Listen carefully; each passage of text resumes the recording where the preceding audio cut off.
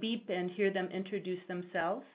My name is Elizabeth Glidden. I am the Director of Strategic Initiatives and Policy at the Minnesota Housing Partnership, and we are really honored to host this program for you on Opportunity Zones 101, First Steps for Local Communities and Investors. I'm going to introduce our speakers in just a moment, but first go through just a couple of process items with you. We have a very exciting large attendance on this call. I think we are closing in on 120 participants who registered for this program, which speaks to the great interest that local communities have in learning about opportunity zones and how they can be applied and implemented within the state of Minnesota. We have folks from rural communities, from tribal communities, from cities of all sizes, and so welcome to all of you. Due to our large attendance, all of the participants are muted on the call except for the speakers. We have invited questions that you may have to be emailed to me in advance of the program. If you have questions during the program, you can also email them to me at elizabeth.glidden@mhponline.org. We will be putting together some post-call information to send out to you via email that will include links to resources and also may include answering questions we were unable to get to during the program. So let me do some quick introductions of our speakers so you know who will be addressing you today. And then we will turn to hearing from them, and I will help facilitate as we turn from speaker to speaker. We are very excited to have Mayor Emily Larson from the City of Duluth to join us in speaking about her experience and the Duluth experience. Some of you may know that Mayor Larson served on the Governor's Task Force on Housing, and which just released its report, final report yesterday, and she has been speaking about that at a press conference in the Twin Cities, but also talking to local media about the recommendations of the task force. Prior to becoming mayor, she was president of the Duluth City Council, has served as commissioner of the Duluth Economic Development Authority and Arrowhead Regional Development Commission, and we're just excited to have her join us. We also have as a speaker Emily McCulloch, who is the Deputy Director of Twin Cities Local Initiatives, or Twin Cities LISC. She brings more than 20 years of nonprofit and public sector experience in affordable housing and community development. As Deputy Director, she manages lending, capacity building, and program activities in affordable housing. And she has been doing quite a bit of work on opportunity zones, speaking and working with other partners. We have with us today as well Ryan Baumtrog, who is Assistant Commissioner for Policy and Community Development at Minnesota Housing Finance Agency. He leads the development of policy positions and initiatives at Minnesota Housing, and is also involved in developing state budget agenda and working on federal legislative and regulatory matters. So we're excited to have his perspective. And finally, we are also joined by Pam Kramer, who has served as the Executive Director for Duluth LISC since the program opened in 1997. She has helped to create and facilitate At Home Duluth, a comprehensive community development collaborative. And through that work and under her leadership, Duluth LISC has directly invested over $90 million in LISC grants, loans, and equities investments in Duluth and in surrounding communities. So we have a great lineup of speakers. We will start off our program today by hearing from Ryan Baumtrog, who will talk a little bit about the process through Minnesota Housing and Deed of responding to opportunity zones legislation and the work to kind of get us to this point. So I'm going to turn things over right now to Ryan. Thanks, Elizabeth, and good morning, everybody. Ryan Baumtrog from Minnesota Housing, and just wanted to say I appreciate being on the phone call today, and given the number of people on the phone call, I know how much interest there is in this ever-developing resource. And at Minnesota Housing, we're particularly excited about the potential of this new private resource because, as many of you on the phone call know, the statewide needs for housing of any kind, including affordable housing, is significant. When we put out our RFP, we're able to fund about 1 in every 4 projects. And so the fact that the federal government has provided potentially some new private resources to help produce more housing, which is a key recommendation and goal of the Governor's Housing Task Force report that got reported yesterday, is exciting for us. We're also excited that it's could be a really great tool for mixed income development and supporting some other goals around inclusionary housing. But for now, I wanted to just talk a little bit about the background and the process that the state embarked on shortly after the federal tax law became law at the end of December last year. As many of you know, and we'll get more into this later, especially with Amy, there's still so much we don't know about the funds, how they will work, how private investment will flow, but yet the legislation required the governor to sign off on the tracts or the zones by March. So we got a very short and quick time frame, about 3 months, that we were required to respond to the IRS with the designation. So in Minnesota, there was over 500 different tracts that were eligible. And one of the things that the state did first was to prioritize the 250 most distressed tracts. Obviously, this program, one of the key goals is to drive investment and private investment where there's been historical lack of private investment, and we felt that it was an important priority, and the governor agreed to prioritize the 250 most distressed tracts. From there, it was really clear that the governor wanted local decision-making to play a key role in the process. For a number of reasons, one of which is after the state designated the tracts, there's really no required process for the state after this point.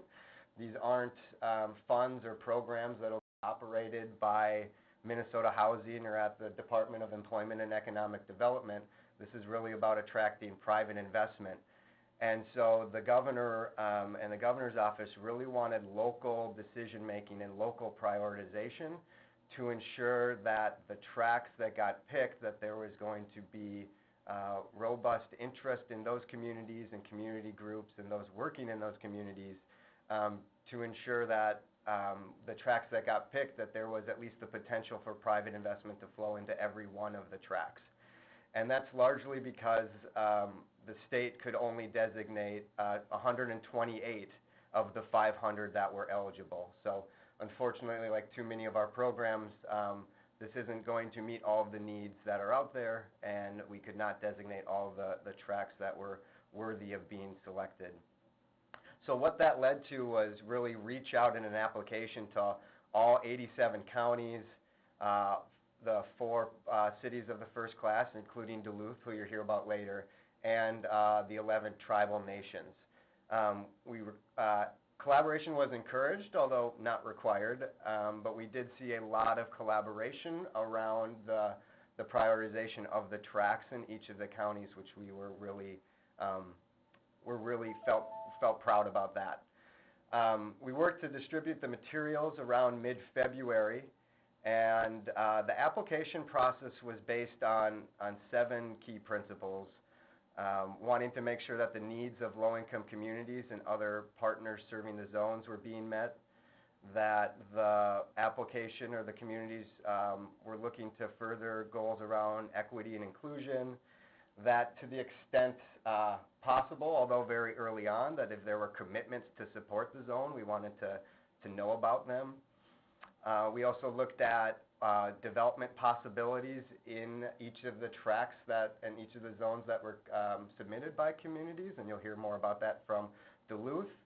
But that's actually one of the recommendations that I would have is we heard back from nearly every county and every community, and across the board, nearly all of them talked about the need for housing and economic development, but as housing supports economic development goals of communities. And so if you haven't touched base with your local county and those involved in the decision making, I highly recommend that.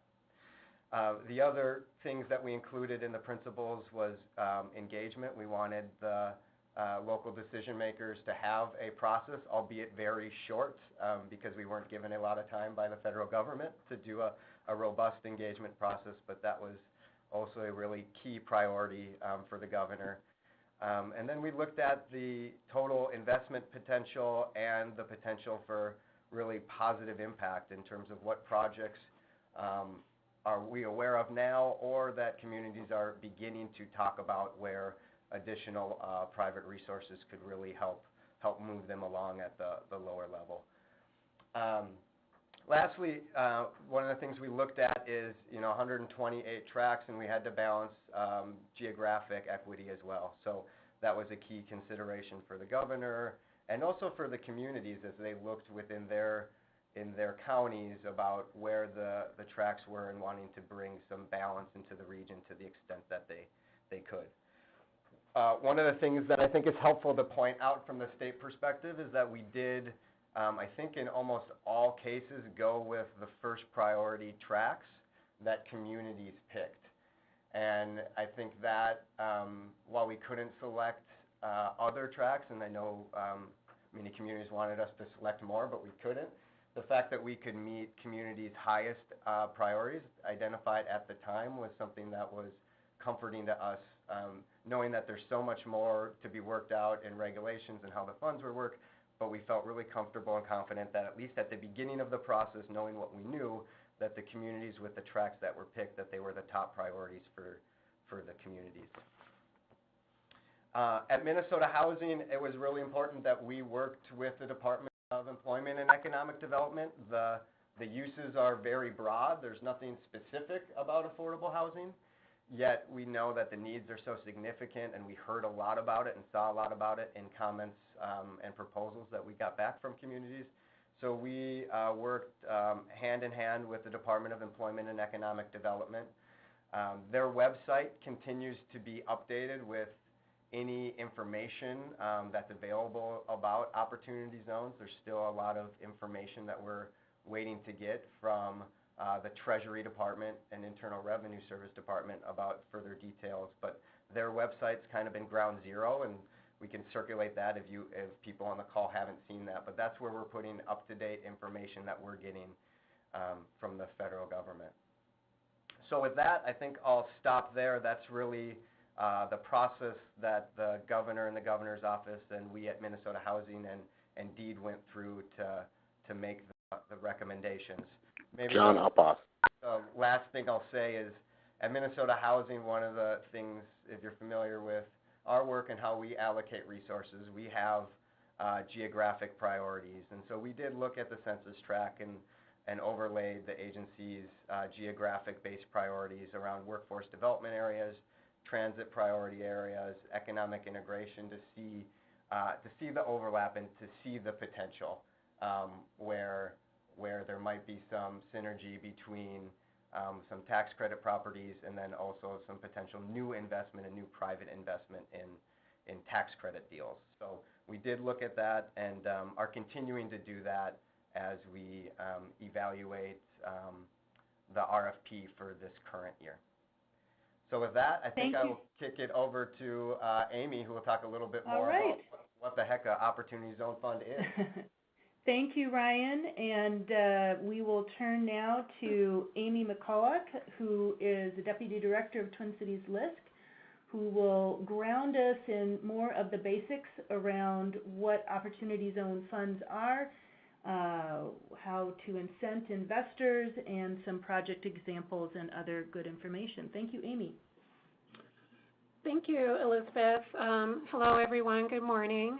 I think before I jump in specifically to Opportunity Zones, I wanted to just take a minute to let you all know who LISC is, if you are not familiar with LISC. So Local Initiative Support Corporation is a large national community development finance institution. We're approaching 40 years old and have been operating in the Twin Cities for 30 years and in Duluth since 1997.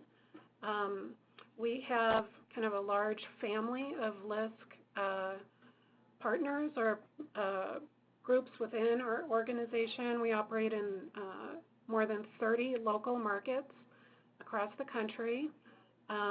We also have affiliates, which those of you who do affordable rental housing would be familiar with. One is the National Equity Fund, and another one which is showing up a lot around the Opportunity Zone discussion is New Markets Support Corporation, and we abbreviate that as NMSC. Historically, they have been kind of the NEF of New Markets tax credit projects and have more recently been operating some SBA lending out of their headquarters in Chicago. So I'll jump in a little bit to Opportunity Zones. Ryan talked quite a bit about what the zones are, how they were selected in Minnesota. And I believe Elizabeth had sent out a PowerPoint presentation ahead of the call. So I'm going to walk through that a little bit and refer to some slides, but not speak to it exactly. You can see in there that we have 128 designated census tracts or zones in the state of Minnesota. 37 of those are in the Twin Cities metro area. 5 are in Duluth. I believe there's 50 in the rural areas. I should say LISC also operates a rural program, and it's a little different than our local urban-based offices. In Minnesota, we work with 2 partner organizations, Southwest Minnesota Housing Partnership and Midwest Minnesota Community Development Corporation. So they're kind of our go-to organizations in the rural areas, and Pam can talk more when she has her turn later in the call about how the rural communities may be able to make some good connections with LISC and with others focusing in rural areas. So the zones can attract Opportunity Fund money, but they won't necessarily. It's very much a market-driven program. We're not developing a new program like with any level of local or state control, like a housing trust fund or CDBG or other subsidy sources that come to housing and other community development projects that we're used to. It's also not like the tax credit or the new markets programs in that we are looking for investors specifically that have unrealized capital gains. So these are not going to be the traditional tax credit and new markets investors, which are largely banks and insurance companies that have a desire for economic returns and for, in the case of the banks, meeting their CRA, Community Reinvestment Act requirements. The way the program works on a kind of high level is that if an individual or a business has an unrealized capital gain, they can invest into a project or a business in a qualified zone through what will be an opportunity fund. A fund can be specific to a single project. It might be a larger fund that's looking for some diversification across the geographic areas, or might have a special set of interest, like in hotels or in student housing or in specific types of business, for example. The preferential tax treatment is a little complicated, so I may skip over that, and there is some information in the slides, and we can certainly follow up with a lot more examples. But to keep it simple, somebody with an unrealized capital gain can invest through a fund into a project or business in a qualified zone and have a 7 or 10-year tax deferral on that gain and have preferential tax treatment for realized gains that come through that investment. The investments need to be, there needs to be new construction or substantial rehab. The rehab amount needs to meet or exceed the acquisition price of the property or the basis.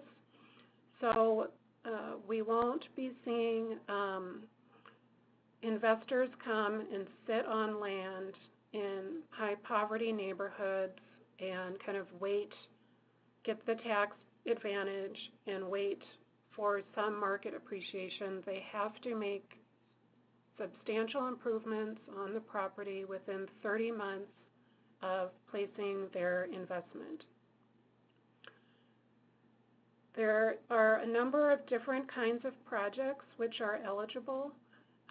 We at LISC have been focusing mostly on real estate. We don't have as much of a track record on business lending, although there are some other groups who are trying to catch up and figure that out. But for the purposes of this call, I'm going to be focusing on real estate. The eligible kinds of projects are anything that you can imagine. What we're looking at here at LISC is, because we're a community development organization, is whether or not it is feasible, it is eligible, we don't know if the numbers work, feasible as an equity source to support low-income housing tax credit projects, which would be new construction or really substantial rehab, workforce rental housing,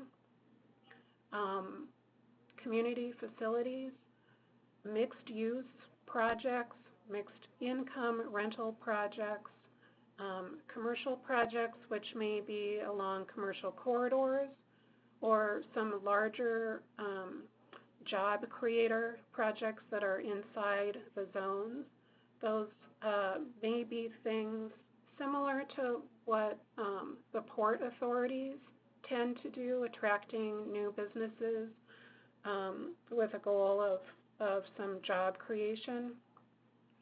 We are also paying really close attention, as are many of the CDFIs around the country and philanthropy around the country, including McKnight Foundation, a number of foundations here in the state of Minnesota, as well as the larger ones like Kresge, Rockefeller, Ford, and others, to how we can help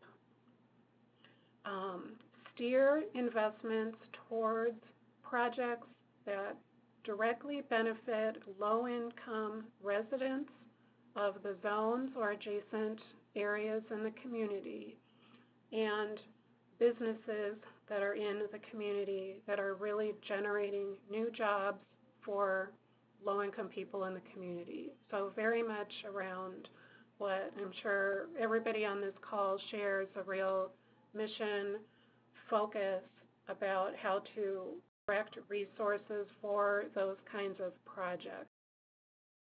We have very little, if any, control over what the private market can do and will do. There will be, to the extent that certain zones are attractive to private investors, things will happen that we cannot control. Cities have limited ability to exercise any control over those projects, and those are typically in ways if they own the property. I know in the city of Minneapolis in particular, there was a real focus on including city sites within their recommended zones so that they could have some control in that way. Also, things like zoning. Some cities around the country are exploring things like fast-track permitting and other kind of preferential treatment through a building process. And projects which will still rely on some subsidy, of course, the public agencies will have some level of control over those. But if something is allowed to be built by right and somebody has the money to come in and do it in a zone and it attracts capital gain investments through an opportunity fund, then that can just happen. A few other things I wanted to point out. So we do not have rules from the Treasury Department as yet. The timing keeps getting pushed back month to month. I wrote a memo a week ago saying that we expected them in September. Now we're expecting them in October. So I think that goes to say that this is still very, very early, and it's unclear exactly how things are going to pan out. What we're hearing from the Treasury Department is that it will be a fairly simple process for investors. There will be a self-certification of a fund that will be a simple attachment to an individual's tax return. And what we at LISC, along with many of our CDFI partners, including Enterprise and many others, have been continuously providing comments to the Treasury Department, both in the form of letters and in the form of testimony to Congress about our desire to see a lot of transparency and accountability around the program. Don't know if that is how it is going to turn out, but we're trying. If you're interested in those comments, which include a lot of questions about clarifying the mechanics of how the program will work, you can find those at the LISC website, lisc.org, and they're also available at Enterprise and some of our colleagues. A few strengths of the program, like Ryan said, at least at the beginning, there was a lot of local discretion about submitting an ultimate selection of the designated zones. The Treasury Department signed off on Governor Dayton's recommendations without any changes. It is a flexible tool. It can really support investment in any type of asset class. It does offer the opportunity to, because it requires a new type of investors that potentially these same folks can be attracted to make other kinds of investments into community development work through charitable donations or PRIs or other types of ways that we know are needed to get this really difficult work done. I think what's really exciting is that it has the potential to attract substantial new resources to communities. There are a huge amount of trillions of dollars of unrealized capital gain potential that could partially be directed into communities, which would far exceed the breadth of the low-income housing tax credit and the new market tax credit programs combined. Another benefit is that it's a very straightforward program, even though we don't quite have the rules yet. It will not at all be as costly or complicated or expensive to do as the LIHTC and New Markets projects are, and which is, I think we all can recognize our flaws in those programs. Concerns we have, like I mentioned, that there's really a lack of oversight as far as we can tell from the federal government, and we're concerned about that and whether or not that could lead to abuse of the program. There's also a lack of these impact incentives. The program, as it's designed, focuses on back-end returns rather than investments that will have real community impact, which is why the CDFIs are really have all hands on deck to try to set up our own funds locally, nationally, work closely with philanthropy and public agencies, and see what portion of the market we can try to capture to advance projects that are important to us and important to the communities that we serve.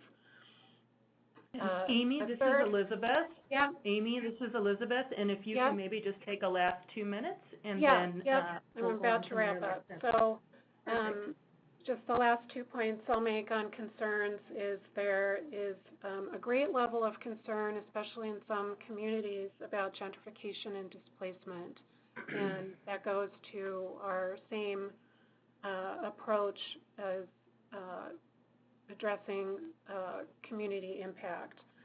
At a federal level and a policy level, there have been hints that this, at least under the current administration, could ultimately replace the New Markets tax credit program, and so we're watching for that, because while that program has some flaws, it's still really, really an important tool in community development.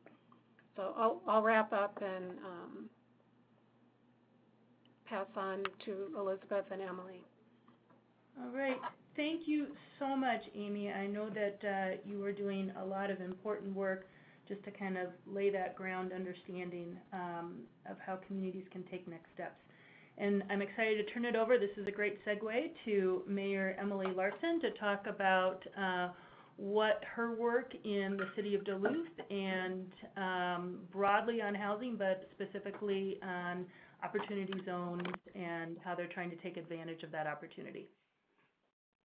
Thank you, Elizabeth. Good morning, everybody. It's really a pleasure to be on the call, and thank you for everyone for calling in. I know I was listening as people were announcing their names. We really have a lot of experts on the line, and so it's great to share a few things from my vantage, but I think each of you on the call likely have your own wealth of insight, and so I'll be brief in sharing mine.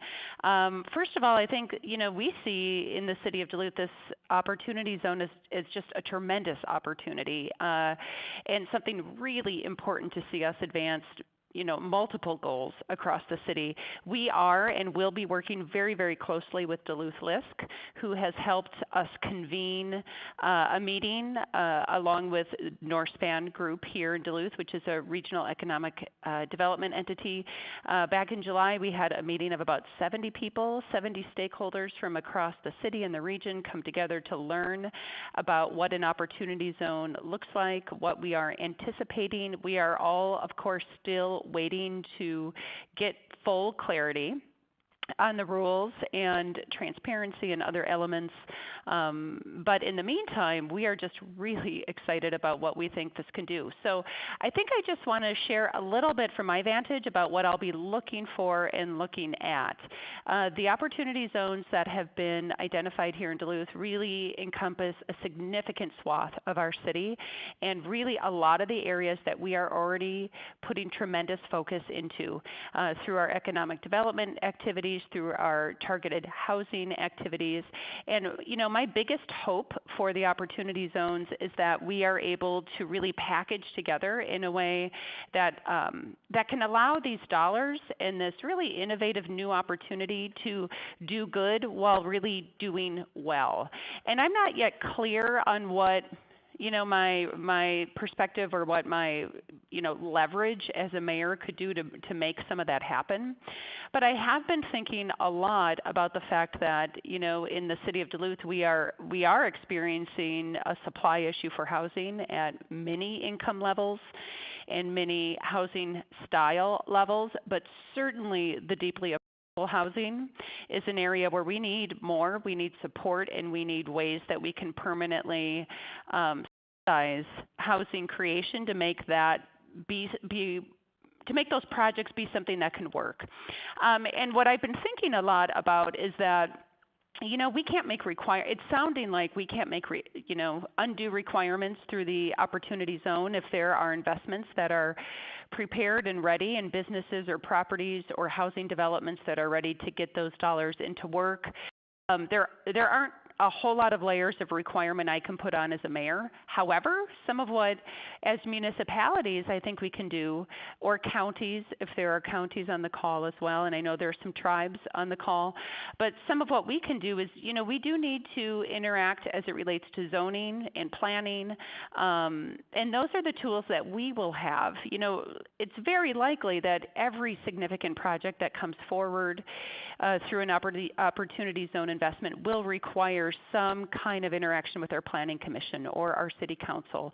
And if we're layering different financial tools that could include tax abatement or tax increment financing, certainly there will be additional public meeting and decision making around that. And then those are the times that I can insert what our community values are. And what we're finding here in Duluth, we've just finished our comprehensive plan update. We call it Imagine Duluth 2035. And we have really rolled out some really aggressive desires and plans for our community in some key areas. One of them is housing, and that overlays really well with the governor's task force report that was just released yesterday. And I would really encourage anybody who hasn't yet discovered or had a chance to get to that website to learn more about the task force the governor convened along with Minnesota Housing. That website is mnhousingtaskforce.com. It's a 70-page report that we've just put out. And I think if you are coming from the private sector and you are in a position that you can help bundle investors or you can help move towards the opportunity zone investment, that you bring those concepts and ideas forward to your municipality, your county, or whatever entity you're working with, and be able to answer how that project may or may not fit within either that task force report or the comprehensive plan and the identified needs of the communities. Because my biggest concern or my biggest worry with this opportunity is that we won't be able to ensure the greatest amount of good with it. I really want to make good stewardship use of the financial resources we have as a city, certainly for investors who are willing to take that risk and or derive that benefit. But it really is in my best interest to sit down with each of those developers and say, roll out what our priorities are, whether it is through the comprehensive plan, whether it's through the business subsidy policy we've just passed that really emphasizes workforce and apprenticeship in the construction trades when we are making a public investment in a private project. There are things that we are doing as a city to help ensure that those investments happen, that we are open for business, that we're excited to welcome developers and investors, and that we're making it possible for them to ensure that those investments, reap a greater reward for the community. Because I think our communities across the state, we want to see that investment. And we get excited when we have somebody who wants to, build a new project, expand their footprint as a business, add new units of housing.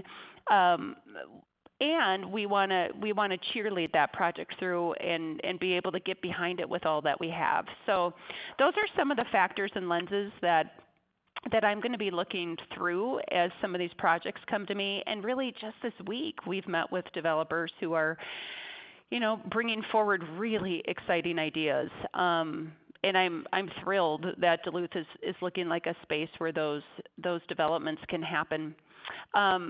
And then I think the last comment I'll make, because I think, we've got more to cover on this call, I really see the Opportunity Zone as a beautiful intersection of workforce and economic development, of business, of nonprofits. That layers on, again, really well with the task force that was made up of leaders from across the state over the course of 6 months, looking at housing needs, looking at affordable housing needs. So I think there are some really important dovetails that I would hope people on this call who are representing the private sector or investor groups would see that this is an ability, or this is a really unique opportunity for you too, to get that investment that you need, that you want, and the benefit, and to be really proud of how you can be such a strong partner in the community. So, those are really my thoughts. We have a team here at the city that are working really hard on this. And that's happening across the state. I have seen such really strong enthusiasm for Opportunity Zones. I'm seeing so much more activity and interest on the part of the private sector, which really is exciting to me. And just know that if that's part of who you're representing, I would really encourage you to consider housing as an important intersection for you to support the private investments happening across every community. We know that we need good, safe, affordable housing at various price points to meet workforce demands, to keep communities being places that can thrive and provide the kind of supports and economic activity we need to see. Just know that in every city I know of across the state, people are excited. They are devoting staff time. They want to make this happen. We're all waiting for more information, but we're ready. And I think we need to be ready. So if you are from the private sector or the public side, I would really encourage, we've already had several meetings in-house to prepare and be ready so that when these rules come out, we can activate and be very responsive very quickly. So I do think there's a lot that needs to happen in the next couple of weeks, and while we are all waiting for some of that clarity, there's a lot we can be doing to be ready and to be prepared, because I think those dollars are going to start flowing. And here in Duluth we're ready. I know that's probably the case across the state. So with that, I think that's probably enough for me for now, unless there are any kinds of specific questions I can answer. Thank you so much, Mayor Larson. Our final speaker is Pam Kramer, the Executive Director of Duluth LISC, and we will hear a little bit about the work of Duluth LISC to partner with the City of Duluth and other jurisdictions preparing for Opportunity Zones, and then hopefully we will have a small amount of time to address a question or two. So, Pam. Okay. Thank you very much to Minnesota Housing Partnership for organizing this, and special thanks too to Amy for really going over the whole program and covering that so well and explaining what LISC does as well. I just have to say our mayor Emily Larson is a tough act to follow, but she is also clearly an example of why I'm excited about opportunity zones, because I feel that Duluth has really already started to set the stage by having such a strong comprehensive plan, having neighborhood organizations and community-based organizations, and the business community and the lending community, really all sectors at the table as we identified where those opportunity zones would be located. And then also by encouraging that we look at equity and inclusion, as well as growing small businesses and tying into to workforce and other aspects of how this can all fit together. I see from the LISC standpoint today the announcement of the Governor's Housing Task Force work really calls for something that is bridging housing and economic development. It's saying that every Minnesotan has a place to call home and an opportunity to live in a thriving community. And I think the opportunity zone gives us an opportunity to collaborate and be creative and look at effective investments that we can make. One role that LISC has been playing nationally and locally is convening partners. And we have worked for many years with these neighborhoods through our At Home in Duluth collaborative, and worked at the neighborhood level, the small business group level, worked with local lenders. But it's a new addition to be looking at investors and looking at high net worth people who are looking for an opportunity to invest locally. So one piece of advice that I would have to everyone throughout the state is start talking with local bankers, start working with your community foundation, look at opportunities to bring in a new group of people who have substantial capital gains opportunities, and then also, of course, be working with the foundations as well on social impact.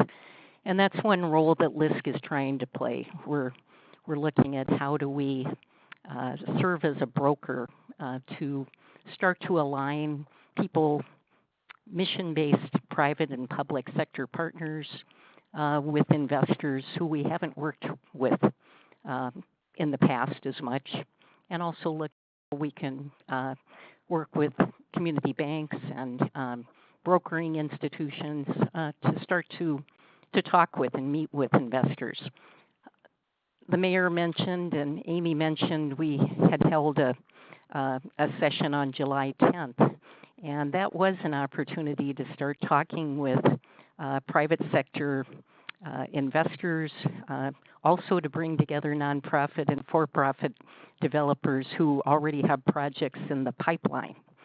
So one role that LISC is playing is looking at what is the pipeline. And that would be something that I'd encourage people throughout the state. What are projects that could be moving forward if they can fill the capital stack, if they can start to fill the gap that's needed to move forward. And the rules aren't out yet, but we really are looking at projects for 1999 that could move forward, or 2000 that could move forward. Another important piece is looking at how do we align with, as the mayor said, with the zoning, how do we align with our comprehensive plans, but also how do we build on partnerships that would be investing in neighborhoods that haven't been identified in the past. So we're working to identify pre-development funding for local projects, and also to look at ways that we can include new markets tax credit opportunities, low-income housing tax credit projects, and really also LISC lending and private sector lending to fill the gap and use the Opportunity Zone funds as a way to build on that.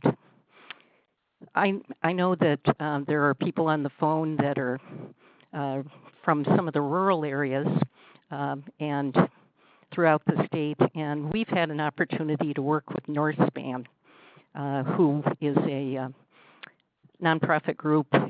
They do business and community development and provide consulting services throughout Northeast Minnesota and Northwest Wisconsin. We've certainly also been talking with the initiative, the McKnight Initiative funds. In our region, it's the Northland Foundation.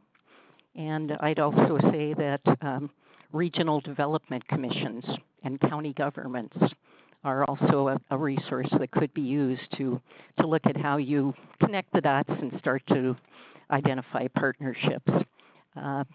We do see that affordable housing is a huge need. I actually started my day today hearing at the Y as I was working out from people who are saying, I'm moving out of the Steve O'Neill apartment building. I've started to stabilize my family. I have a job, but from that next step of housing, the rental housing market is so tight.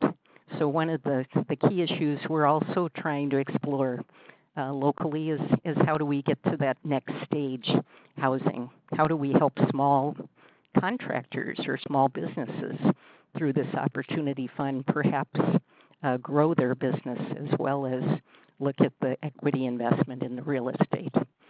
So I know we need a little time for questions, but I'll just say that I'm excited about this opportunity. Amy and I would be happy to be resources, and I could also talk with people about if you're outside of the Twin Cities and Northeast Minnesota, Duluth area, we'd be happy to connect you with our rural partners or with our national office as well. Thank you. Thank you so much, Pam. So we just have about 3 minutes left in our time for the call, so I think I have an opportunity to just forward one question, and I'm selecting one that I've actually had repeated to me by multiple people, and I've been getting emails during the call of questions as well. We will, as I said at the beginning of the call, follow up the call with a post-call email forwarding resources and answering questions that we didn't get a chance to address during the call. But one of the questions, and I think Pam started to answer this, that we've had from multiple folks, is how can investors who have these capital gains best be connected to projects? And a related part of that is what entities are playing a role in attracting and managing these potential investors, such as LISC or others. And perhaps that goes first to either Amy or Pam, and then if Ryan or Mayor Larson has any input.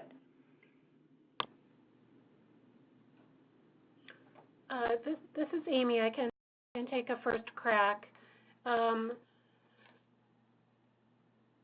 In terms of matchmaking potential projects with potential investors, I think that's where we're kind of trying to scope out and develop those relationships, building on what Pam said, really taking advantage of your existing networks of